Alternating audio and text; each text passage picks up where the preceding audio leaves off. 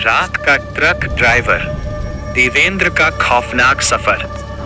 देवेंद्र एक साधारण सा लड़का था, लेकिन उसकी जिंदगी साधारण नहीं थी। वो रात में ट्रक चलाता था।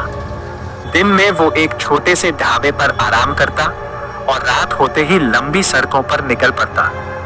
उसका रूट था सुनसान हाईवे, घने जंगल और वीरान गांवों के बीच से गुजरना। एक रात की बात है, देवेंद्र अपने ट्रक में सामान लेकर निकल पड़ा। घड़ी में रात के 12 बज रहे थे। आसमान में बादल छाए थे और हल्की हल्की बारिश हो रही थी। सड़क पर सन्नाटा था, बस उसके ट्रक की आवाज गूंज रही थी। जैसे ही वो एक पुराने जंगल के पास पहुंचा, अचानक उसे सड़क के किनारे एक लड़की दिखाई दी। वो सफेद कपड़े पहने खड़ी थी। देवेंद्र ने ट्रक धीमा किया। उसने सोचा, इतनी रात में ये लड़की यहाँ क्या कर रही है। लड़की ने हाथ उठाकर लिफ्ट मांगी। देवेंद्र ने दरवाजा खोला और उसे बैठा लिया। लड़की चुप थी, बिल्कुल चुप।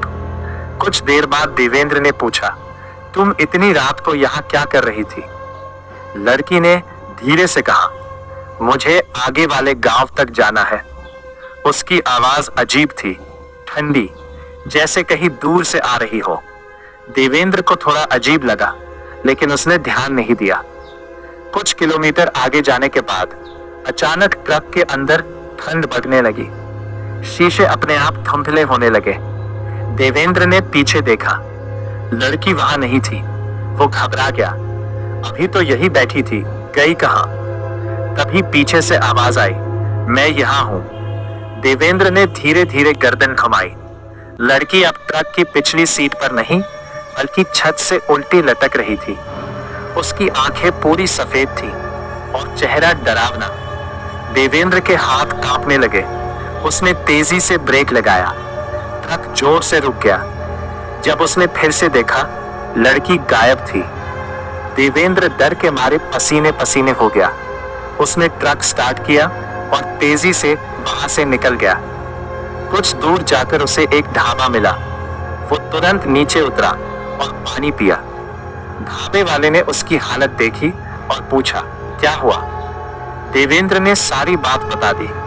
ढाबे वाला कुछ देर चुप रहा, फिर बोला, तुमने जिसे देखा वो पिछले साल इसी सड़क पर एक्सीडेंट में मरी थी। हर रात वो किसी ट्रक में बैठती है और फिर गायब हो जाती है। देवेंद्र के पैरों तले जमीन खिसक गई। उस रात के बाद देवेंद्र ने कभी रात में ट्रक चलाना छोड़ दिया। लेकिन कहानी यही खत्म नहीं होती।